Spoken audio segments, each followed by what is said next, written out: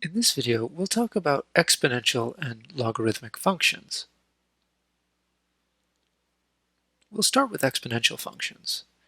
An exponential function has the form that you see here. F of x equals a to the x power, where a is a positive constant called the base of the exponential. We usually restrict our attention to a not being 1 because f of x is equal to 1 for all x if a is equal to 1. But a natural question is, how do we even define the number a to the x? If x is equal to 0, then a to the x is a to the 0, and we can say that that's equal to 1. If x is some positive integer, n, then we can say that a to the x is a to the n, and what does that mean? That means we multiply a by itself n times. If x is equal to negative n, where n is again a positive integer, then we think of a to the x as being equal to a to the negative n, which is 1 over a to the n. So that's 1 over a times itself n times. If x is a rational number, then we can write it as p over q, where p is an integer and q is an integer. Let's say that q is a positive integer.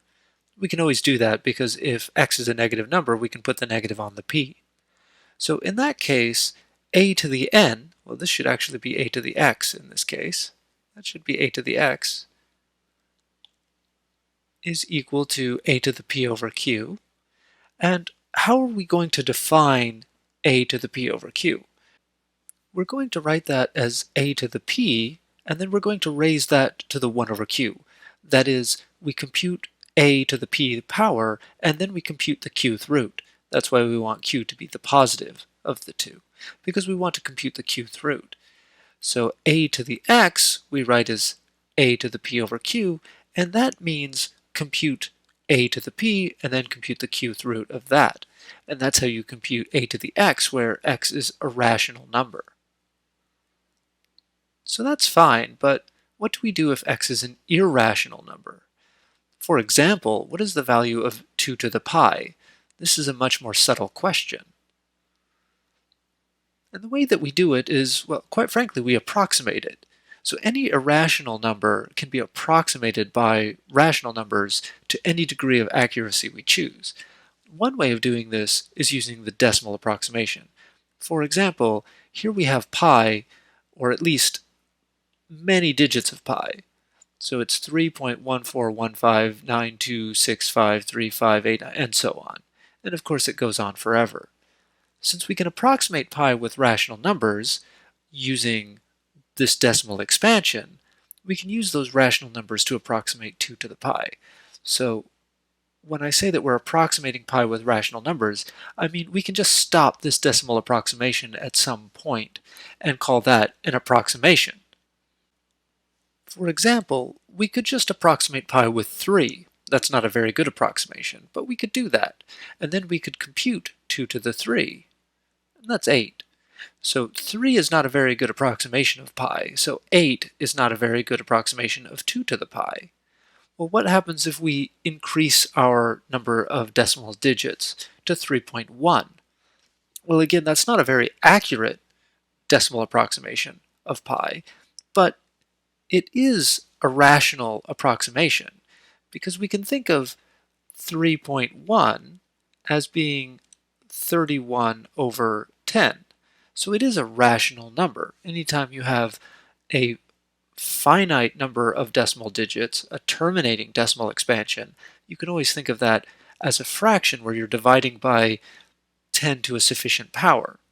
So we can think of 3.1 as being 31 over 10, so that's a rational number. So 2 to the 3.1, we know how to compute that.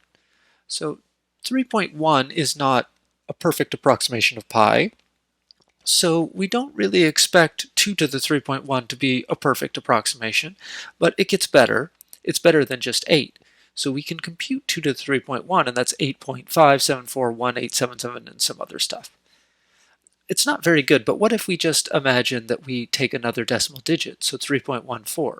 So again, we can think of 3.14 as 3 214 over 100. So again, that's a rational number. So we know how to compute 2 raised to a rational number. So we can compute 2 to the 3.14, and that gives us a better approximation. Again, it's not exact, it's just an approximation.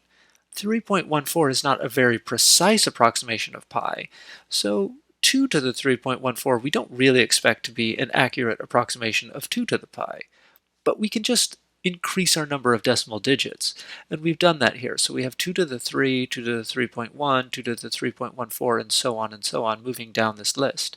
And this is 2 to the 3, 2 to the 3.1, 2 to the 3.14, and so on, again moving down the list. As our approximation of pi gets better, our approximation of 2 to the pi also gets better. This isn't really a very good way of approximating pi. It's kind of slow, and so this isn't really a very good way of approximating 2 to the pi, but at least in theory, it gives us an approximation. So if x is an irrational number, you can always find a sequence of numbers that get closer and closer, and you can assume that that sequence of numbers is a sequence of rational numbers. So we can find a sequence of rational numbers, x1, x2, x3, and x4, that get closer and closer to x. So we say that x is the limit of this sequence of numbers, and we use this shorthand to denote the sequence of numbers that we're writing. So we can say that x is equal to the limit as n goes to infinity of x to the n. So x to the n is a sequence of numbers that gets closer and closer and closer to x. And x, we say, is the limit of this sequence. So this is just shorthand notation. We write limit as n goes to infinity of x to the n to just mean the number that these x sub n's are getting closer and closer and closer to. Okay, so if we know that we have some sequence of numbers x sub n, and we know that they're getting really close to x, in the sense that the distance between them is becoming arbitrarily small, then we can define the number 2 to the x to be the value which this sequence of numbers approaches. 2 to the x1, 2 to the x2, 2 to the x3, 2 to the x4, and so on. So as x sub n gets closer and closer to x, then 2 to the x sub n will get closer and closer to 2 to the x. So what does that tell us in terms of 2 to the pi and how to answer the question of how do we define it? Well, we know that we have a sequence of rational numbers x sub n that gets closer and closer to pi, and we can compute 2 to the x sub n for any of these rational numbers. And so you just compute 2 to the x sub n for all of those rational numbers, and then you ask yourself, well, what number is this getting closer and closer and closer to? And whatever that limit is, whatever that limiting value is, you call that 2 to the pi. Now theoretically, this works. In practice, it might be very difficult to compute these numbers to any degree of accuracy, but the point is, by choosing n sufficiently large, you can get as close as you like. It might not be easy to do, but at least we know how to do it. So with all of this in mind, we can define what we call an exponential function. So for any positive number a, except maybe we want to restrict a so that a is not equal to 1. So let's just write that over here. A is not equal to 1.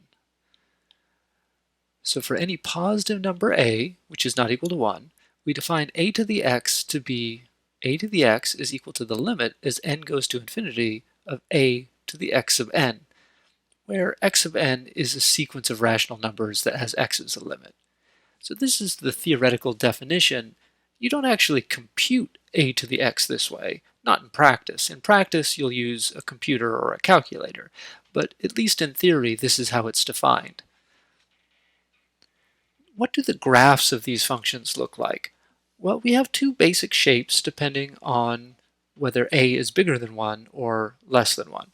So if a is bigger than 1, then the graph of y equals a to the x has a shape like this, where we start off close to the x-axis when x is negative, and then as x becomes positive, the graph shoots up, increasing very rapidly.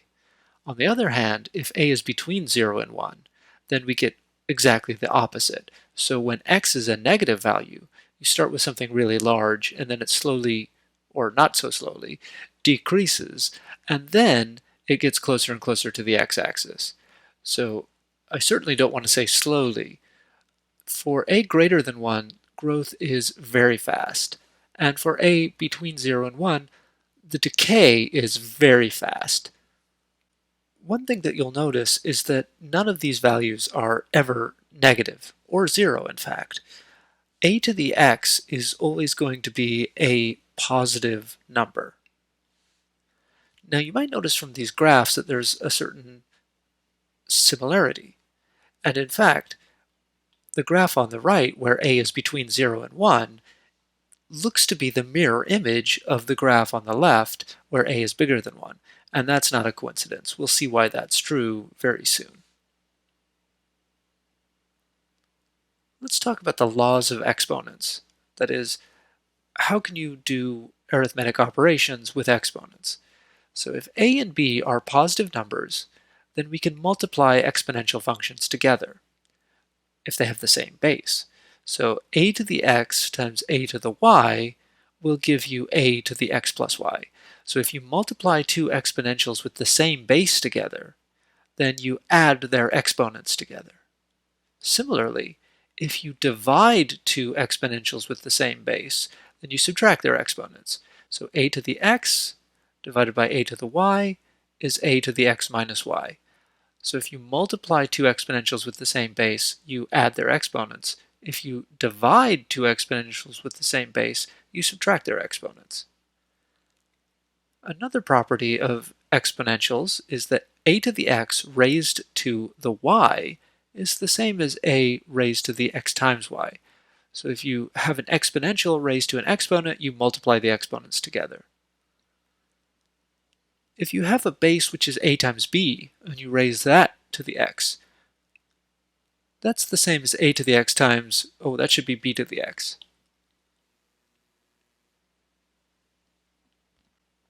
So if you have a to the b, and that's raised to the x, that's a to the x times b to the x.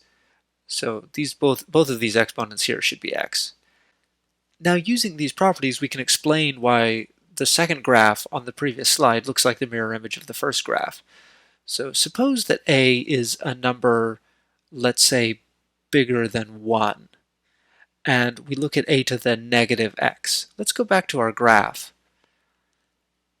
So here we have y equals a to the x where a is bigger than 1. Now this is a to the x. Now if you put a negative in front of that x, what does that do to the graph? That has the effect of reflecting it through the y-axis.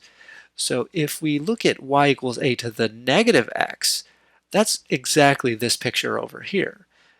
So how do we relate that to this idea of a being between 0 and 1? Well, let's look at the laws of exponents. What do they tell us? So a to the negative x is the same as a to the x times negative 1. And now we're going to use property number 3 here. So we're going to write this as a to the x raised to the negative 1. But a to the x raised to the negative 1, that's 1 over a to the x. And that's the same as 1 over a raised to the x power. Now if a is bigger than 1, so if this a is bigger than 1, then this 1 over a is less than 1, or more specifically, if a starts out bigger than 1, then 1 over a falls into this range between 0 and 1. So that's why these two pictures here look like mirror images of each other. Because if you start with a greater than 1 and look at y equals a to the negative x, you get the reflection, which is this picture. And if you start out with an a which is greater than 1, then when you look at the reflection, you have y equals a to the negative x, which is 1 over a raised to the x. And so if a is bigger than 1, so if a is bigger than 1, then 1 over a is between 0 and 1. So if you start out with a number which belongs to the class of numbers bigger than 1, then 1 over a is going to belong to the class of numbers between 0 and 1. So if you start out with a picture like this, then you reflect it through the y-axis by putting a negative sign in front of the x, so you end up with a picture like this, then what you end up with is a number which is 1 over a, which falls in this class between 0 and 1. So that's why the image of one case is the mirror image of the other case. It's because of these laws of exponents. This brings us to an example called doubling time. So what is doubling time? It's the amount of time it takes for a population to double in size. So if you start with a population with p sub 0 individual members, this is what we call the initial population size. And if it doubles every 3 hours, then the population, p at t, which is the population after t hours, is given by the following formula. P at t is equal to p sub 0, the initial population, times 2 raised to the t over 3. The exponential part of this, which is the 2 to the t over 3, has the form that it does because every time you increase t by 3 units, you end up with another factor of 2. So, for example, when t is equal to 3, you plug in t equals 3, and you get 2 to the 3 over 3. So that's p sub 0 times 2, or twice the population size. So after 3 hours, the population went from p sub 0 to twice that. Well, if we increment t by 3 hours again, then we have p at 6 is p at 0 times 2 to the 6 over 3. Well, 6 over 3 is 2, so that's 2 times 2 is 4. So our population went from p sub 0 to double that, and then we doubled it again. And if t is equal to 9, so we've increased it by 3 again, 3 hours more, then we have p at 9 is equal to p at 0 times 2 to the 9 over 3. And that's 8 times the initial population. So every time you increase time by 3 units, in this case 3 hours, the population size doubles. We start with p sub 0, then after 3 hours it doubles, after 3 hours more it doubles again, and then after 3 hours more it doubles again. And this will continue. Every time you increment the number of hours by 3 units, you double the size of the population. So we call 3 the doubling time of the population.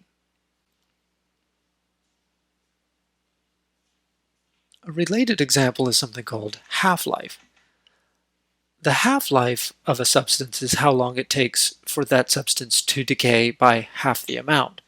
So, as an example, the half-life of carbon-12 is approximately 5,700 years, or 5,700 years. That means that if we start with 100 milligrams of carbon-12, then it will take 5,700 years to decay to half of that amount. So we started with 100 milligrams, and then after 5,700 years, it's decayed to 50 milligrams. In a further 5,700 years, this 50 milligrams will decay again to half that amount, 25 milligrams. So every time 5,700 years passes, the amount of carbon has decayed by half. So we started with 100, then after 5,700 years we had half of that, and then after another 5,700 years we had half of that. So we can find a formula for the amount of carbon-12 remaining after t years. So if m at t is that amount of carbon-12 after t years, then m at t is equal to 100, which is the initial quantity, times 1/2 raised to the t over 5,700. So you can see it has this form because when t is equal to 0, we have m at 0 is equal to 100 times 1/2 to the 0. So that's just 100. So that's your initial amount. But then every time you increase t by 5,700, you're going to get an additional factor of 1/2. So when t is equal to 5,700, we have that m at 5,700, m at t, is equal to 100 times 1/2 to the 1. So that's 1/2 of our initial amount, which is 50. If we increase t by another 5,700, then we'll have m at p, so 5,700 times 2 is 11,400. So m at this new t value is 100 times 1/2 to the 2. So that means we get an additional factor of 1/2. So now it's 100 times 1/4, which is 25. So every time 5,700 years passes, the substance decays by exactly 1/2. So for that reason, we call 5,700 the half-life of the substance. This gives rise to a very natural question. Given that a population grows exponentially, so we're assuming that, and that's a common assumption for population, how do you find the formula of the population function? So here's an example.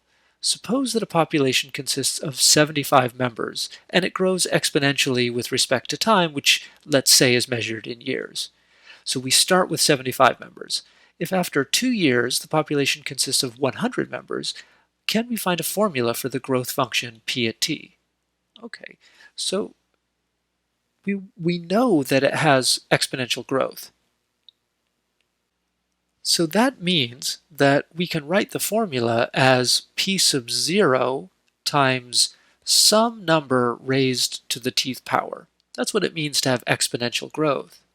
Now what do we know?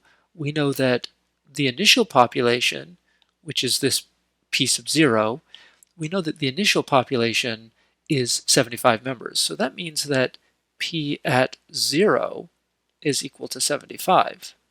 And we also know that after 2 years, p at 2, we have 100 members of our population. So using this information, we can identify the values of p0 and a. p0 is easy to find because if we just look at this value, p at 0, we know that it's 75. So if you plug 0 into your function here, what happens? P at 0 is p sub 0 times a to the t, but t is 0 in this case. So that's p at 0 times 1, which is just p at 0, or p sub 0. So we know that p evaluated at 0 is p sub 0. That's really why we use this notation. P sub 0 for the initial population is called p sub 0 because it's p evaluated at 0. So we know that p at 0 is 75, and we know that p at 0 is p sub 0, so that tells us that p sub 0 is 75. Okay, so now we can conclude that p at t has the form 75 times a to the t for some value of a. So the next question is, how do we figure out what a is? And for that we need this second piece of information. So we know that p at 2 is equal to 100. So let's just plug in t equals 2 into this formula. So p at 2 is 75 times a to the t, but t is equal to 2. So 75a squared, but we know that p at 2 is equal to 100. So this p at 2, we know that p of 2 is equal to 100. So we can just say that this 75a squared must be 100. So now we solve for a. So we divide both sides by 75, and so we'll have a squared is equal to 100 over 75. So a is the square root of 100 over 75. We don't need plus or minus. Way back when we were defining exponential functions, we restricted our cases for a to be positive numbers. So a has to be positive. So what is the square root of 100 over 75? Well, it's approximately 1.1547. 1.1547, well, just to make it a little bit easier on us, let's just say, let's say that a is approximately 1.15. So what does that tell us about our function, our original function p at t? Well, now we know that p sub 0 is equal to 75, and a is at least approximately 1.15. Even this is just an approximation, 1.1547. It's a little bit better, but just for the sake of making our computations a little bit easier, let's just stick to 1.15. So that means we can write down our formula So p at t, once we know these values, well, p of 0 is 75, and a is, well, we know what a is. It's 1.15 raised to the t. So the 75 we got here, and the 1.15, we got that from over here. So this is our formula now. P at t is equal to at least approximately 75 times 1.15 to the t. So that's our formula for population. Well, that's the formula for this particular population growth. So this leads to another natural question. An exponential population, or I should say a population that grows exponentially, has a doubling time. So given a function that describes exponential growth, like the one that we just found, how do you determine the doubling time? So let's look at our same example here. So for this example that we're looking at, how long does it take for this population in this example to double in size? Well, we know what the formula is. P at t, we just discovered it. We can just go back to the previous slide to remind ourselves. P at t is equal to 75 times 1.15 to the t, at least approximately. So 75 times 1.15 raised to the t. So the question is, how long does it take for this population to double in size? Well, we know that p of 0 is 75. So we want to find a time, let's call it t sub d for doubling time, such that p at t sub d gives us double. So double 75 is 150. Okay, so we want to figure out what this t sub d is. That's our goal, is to figure that out. Okay, well, let's just plug it in and see what happens. We know that p at t sub d is going to be 75 times 1.15 t to the d, and this is going to equal 150. Okay, so we started with 75, and we're trying to figure out what this exponent t sub d is, what our doubling time is, so that 75 times 1.15 to the t sub d is double the population size. So we want to determine the doubling time. So we go from 75 to 150. Okay, well, the first thing we can do is we can divide both sides by 75.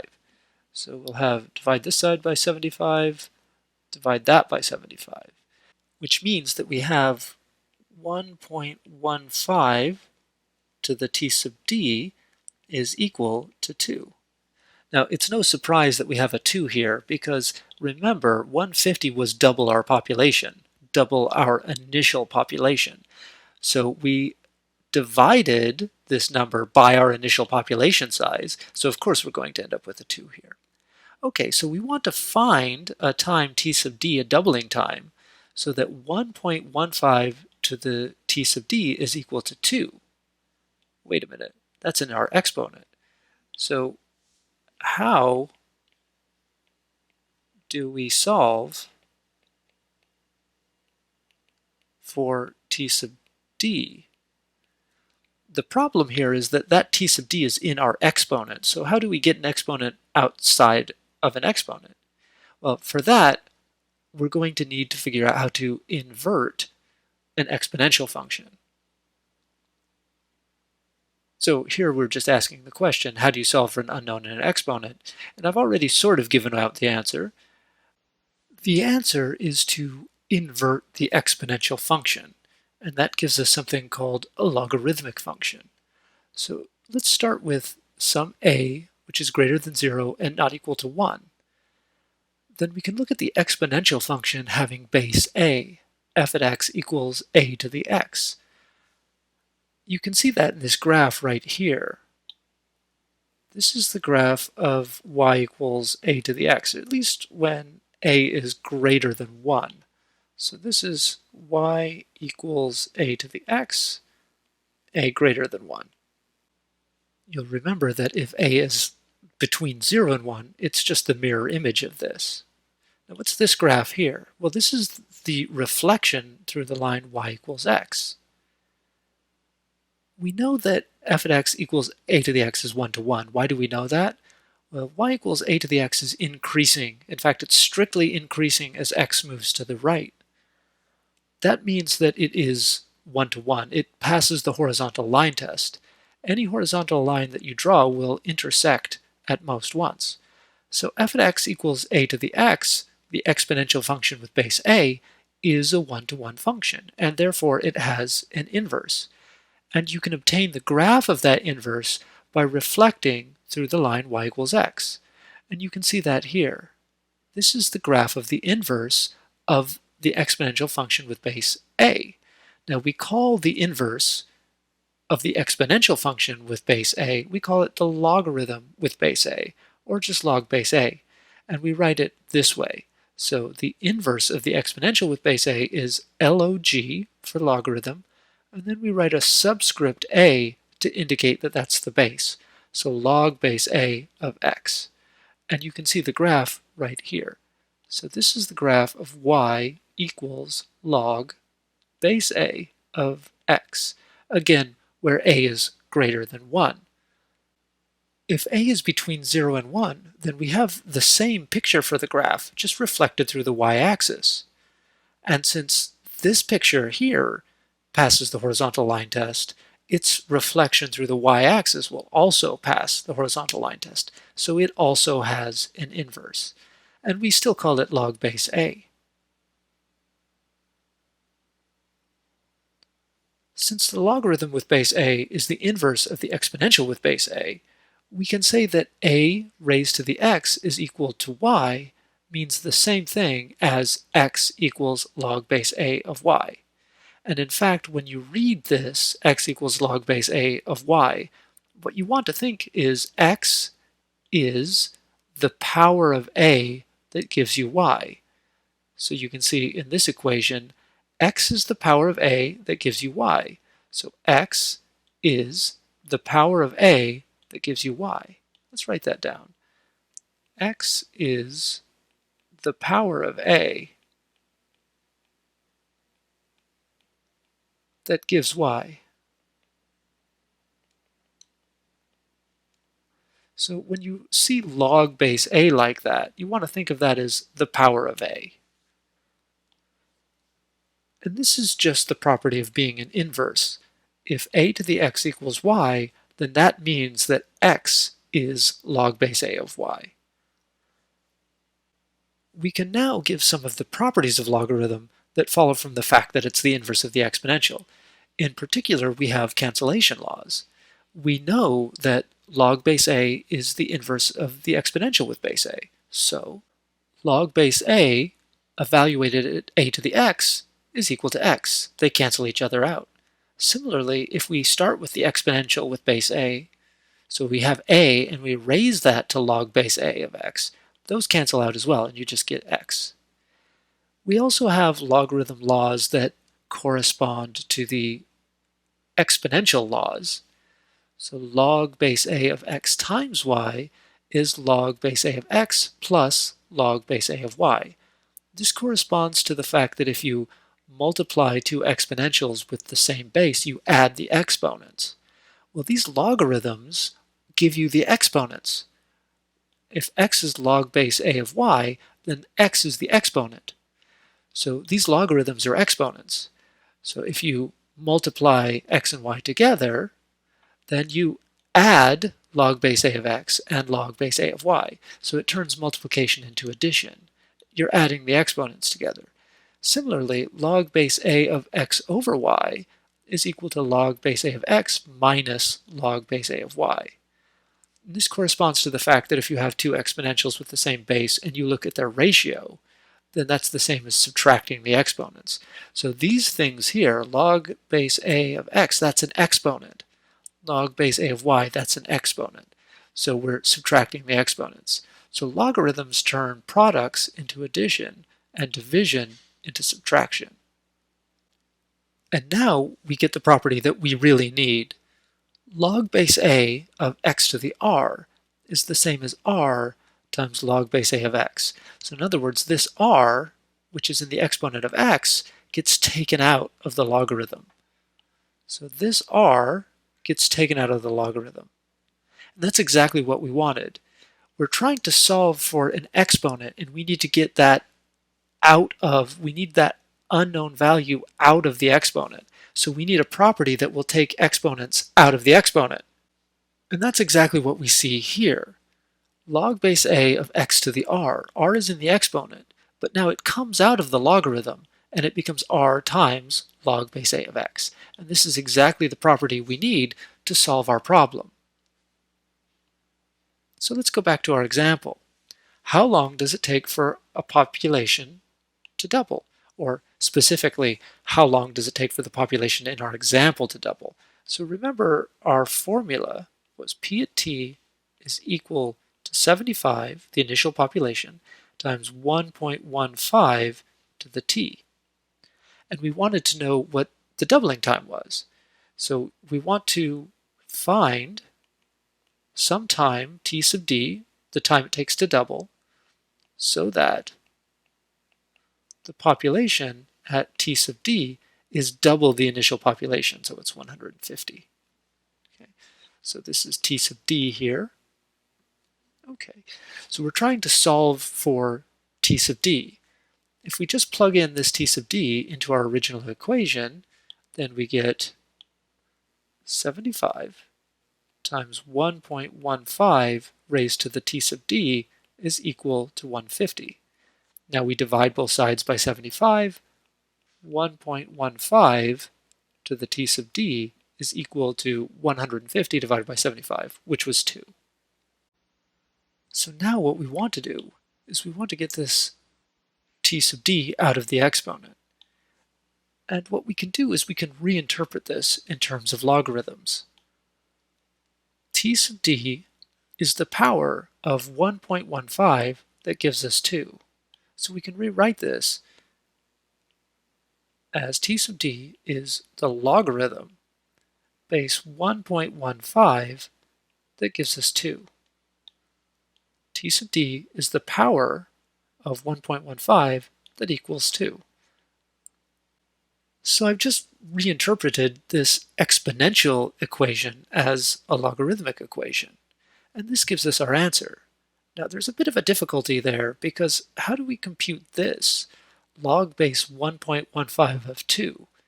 Now, possibly you can calculate that with a computer, but a lot of computers and calculators don't allow you to compute logs with base 1.15. So is there some better way to write this to compute it? And there is. There's a nice fact about logarithms which says that really, in terms of computation, there's only one logarithm you need, and you can use that to do all of your computations. Well, I'm getting a little bit ahead of myself. Let's start with the number e. What is the number e? Well, this is called the natural number, or the natural base for the exponential function. It's a number e, which is, at least approximately, 2.71828. This is an irrational number. It goes on and on forever. In fact, it's what we call the transcendental number. Here you can see the graph of y equals e to the x. Y equals e to the x. Well, what's so great about this number e? The number e shows up a lot, and we'll see the number e in many places. But the fact that makes e so useful for us is the fact that the number e is the unique base for an exponential for which the graph y equals e to the x, which you see here, has a tangent line at x equals 0 with slope 1. So that's this. So the tangent line at x equals 0, so that's this point where x is equal to 0 and y is equal to 1. The slope of this line is 1. So y is equal to x plus 1. So the tangent line to y equals e to the x at this point, 0, 1, has equation y equals x plus 1. Well, specifically what's important about it is the fact that the slope is equal to 1. Now, why is that important? We'll see that later. But for us right now, the number e is going to give us a way to talk about exponentials and logarithms, which is more natural.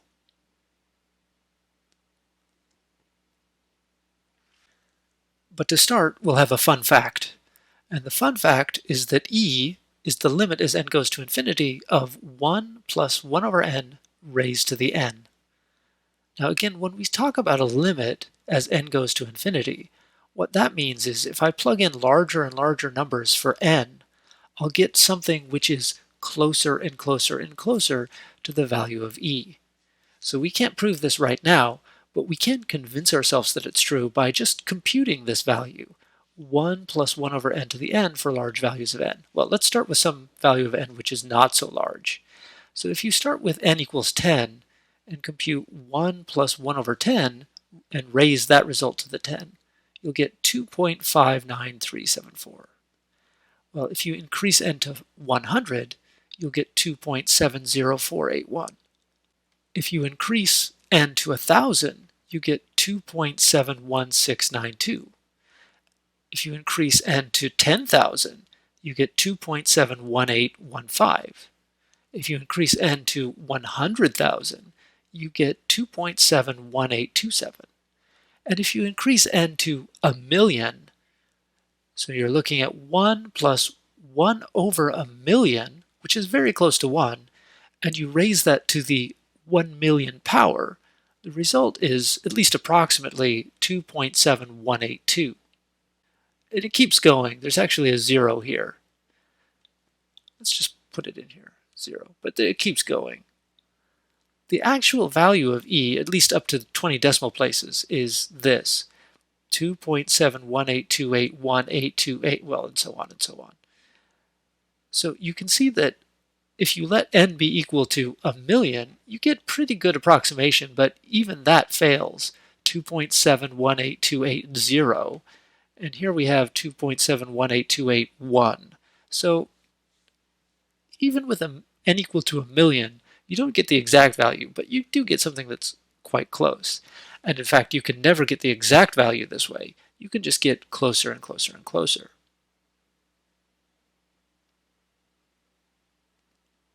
So the reason that we want e right now is for the natural logarithm. E is called the natural base of the exponential. So y equals e to the x that we were looking at before, that's the natural exponential. The inverse of that is what we call the natural logarithm. So the logarithm with base e is the inverse of the exponential with base e. And it's called the natural logarithm. And it's denoted by, so this is log base e of x. We just call it ln. This is the graph that you see here.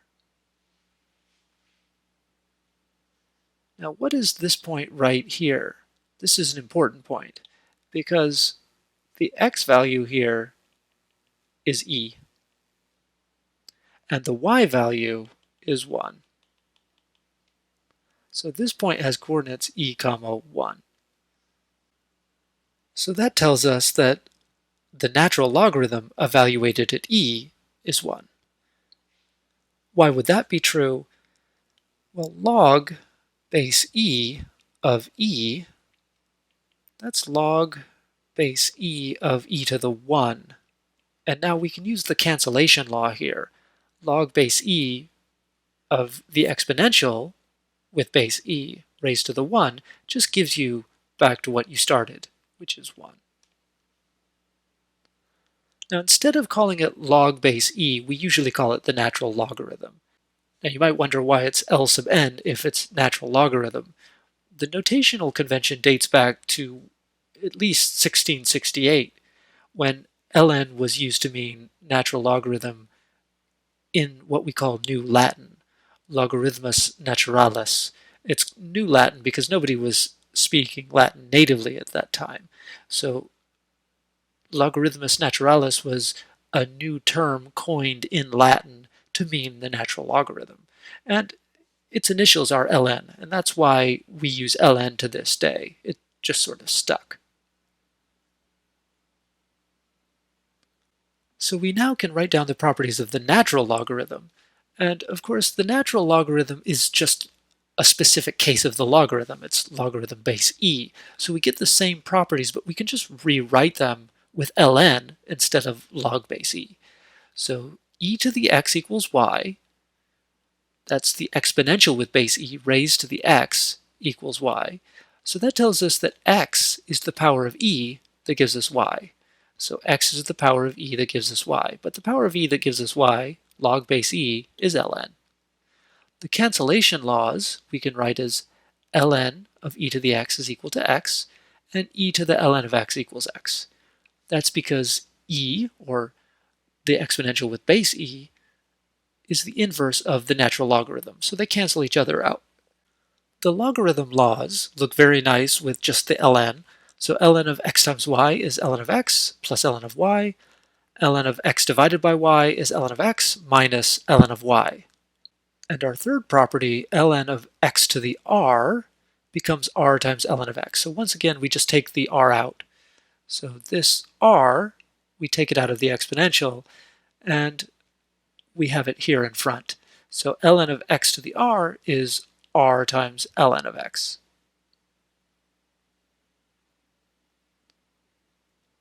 So the reason why we have a natural logarithm is that all logarithms can be written in terms of, well, any other logarithm, but in particular in terms of the natural logarithm. And in fact, all exponentials can be written in terms of the natural exponential. So how can we verify that? Well, can we write, this is the question, can we write log base a of x in terms of the natural logarithm of x? That's the question. And the answer is that we can. So let's start by letting y be equal to log base a of x. So we're going to use the definition of log base a as the inverse of the exponential base a. So y is the power of a that gives us x. So we're just going to write that as a to the y equals x. Y is the power of a that gives us x. And now we're going to apply the natural logarithm to both sides. So the natural logarithm of a to the y is equal to the natural logarithm of x. And now we're going to use that property number 3 on the previous page. So we can take the exponent out of the logarithm. So this exponent right here, we're going to take it out and put it in front. So we're going to have y times ln of a is equal to ln of x. And now we divide both sides by the natural logarithm of a. So y is equal to ln of x divided by ln of a. Why does this help us? Well, remember what y was originally. Y originally was log base a of x. So what have we found? We found that log base a of x is equal to ln of x, the natural logarithm of x, divided by the natural logarithm of a. And here what we've done is we've converted a log base a into the natural logarithm. We have this extra factor here, ln of a, but that's just a number. A is the base of our logarithm, or the base of our exponential, so it's just some number. So natural logarithm of a is just some number. So what that tells us is that we can write log base a in terms of the natural logarithm, as long as we allow for this extra factor of ln of a. Now we also claimed in this remark that all exponentials can be written in terms of the natural exponential. So let's just put a little dividing line here. So the question is, can we write a to the x in terms of e to the x? And the answer is we can. Well, if we allow for the fact that there's going to be some additional factor of ln of a somewhere. This one's a little bit more straightforward. All we have to do is we start by writing a as e to the ln of a. This is just the cancellation law. Let me just go back one slide. E to the ln of x is equal to x. Just replace x with a. E to the ln of a just gives you a. So why does this help us? Well, now raise both sides to the x. A to the x is equal to e to the ln of a raised to the x. But now we see that here we have e raised to an exponent raised to an exponent. So if you have an exponential raised to another exponent, you multiply the exponents together.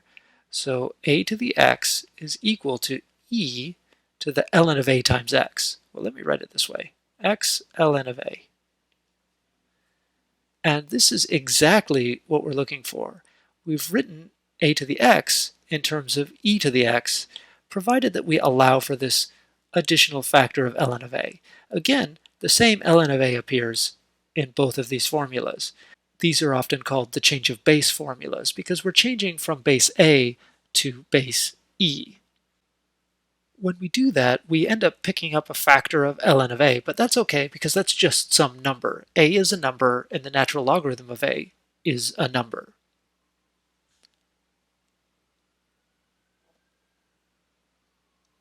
So now we can go back to our original example. How long does it take for our population to double in size? So we had found that t sub d was equal to log base 1.15 of 2. And we weren't really sure how to compute that. But now we can use our change of base formula. Let's just scroll back a little ways. Log base a of x is equal to ln of x divided by ln of a. So the base ends up in the bottom. So this will be ln of 2 divided by ln of 1.15. And this is something you can put into a computer or a calculator, and you should get, roughly speaking, 4.95948. And this is approximately the doubling time. It's not exactly the doubling time because we've rounded a little bit, and this does not terminate here. This is rounded as well. So the doubling time is approximately 4.95948. So basically just under 5. So you might remember that we were measuring time in terms of years. So the population doubles in just under 5 years. Now we can avoid the log base 1.15 altogether using natural logarithm. So let's recall that the equation that we wanted to solve was 1.15 to the t sub d is equal to 2. So instead of using the log base 115, we can just apply natural logarithm to both sides. So we have ln of 1.15 to the t sub d is equal to the natural logarithm of 2. And now we use our properties of natural logarithm to take this td out of the exponent and put it in front of the logarithm. So this leaves us with t sub d times the natural logarithm of 1.15 is equal to the natural logarithm of 2. And therefore t sub d is equal to ln of 2 divided by ln of 1.15, which of course is the same thing that we saw before.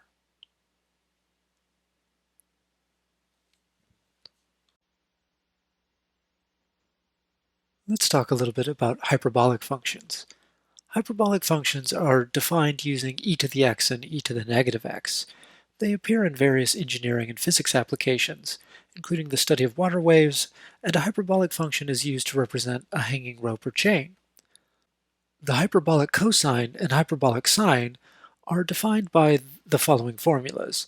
Hyperbolic cosine, or COSH, at x is equal to e to the x plus e to the negative x over 2.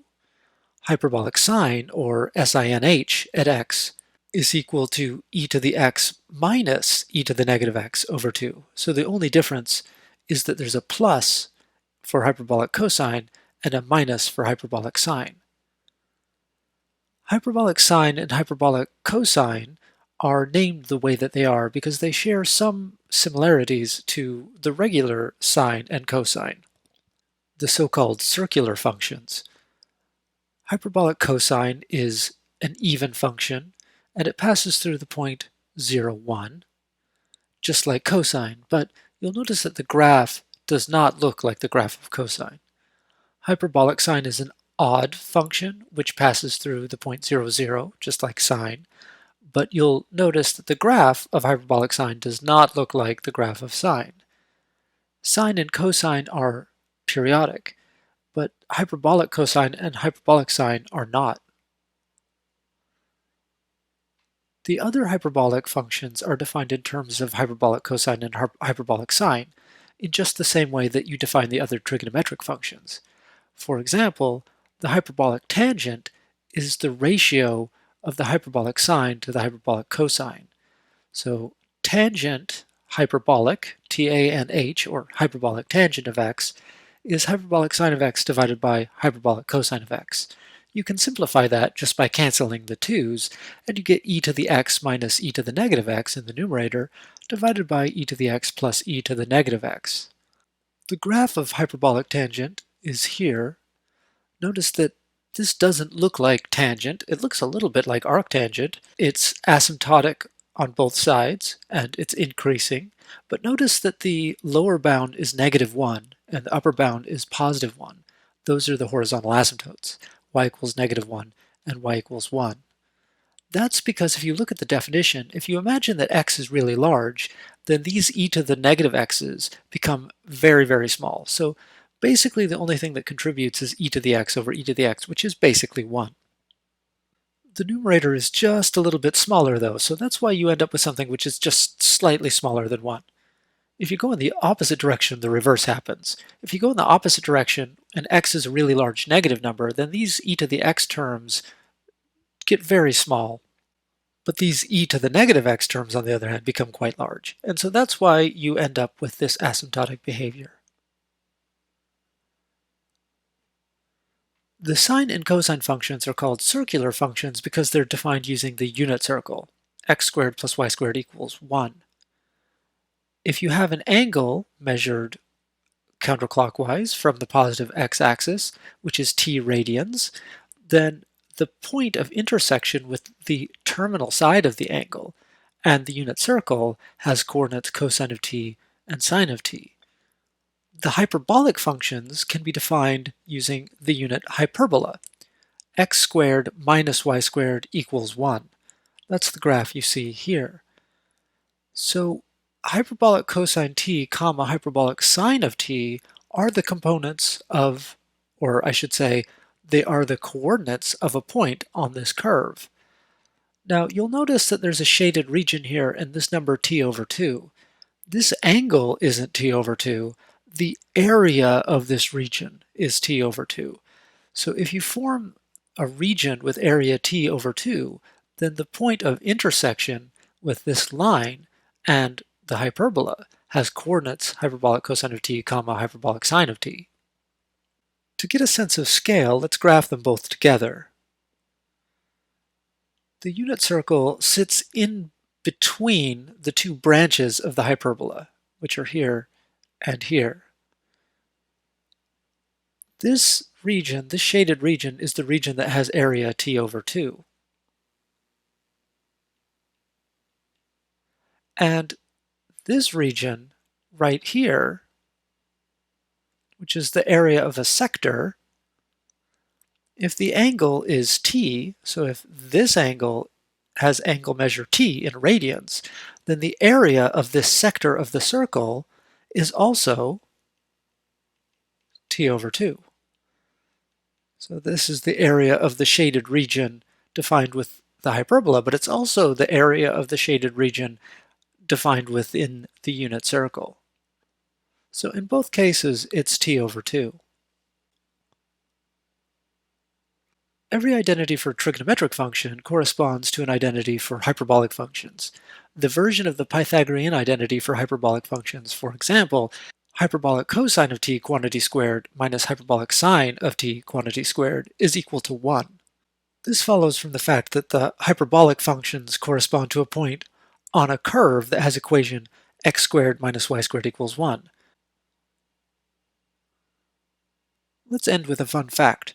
The hyperbolic cosine and hyperbolic sine functions are related to the circular functions in another way through the use of complex numbers.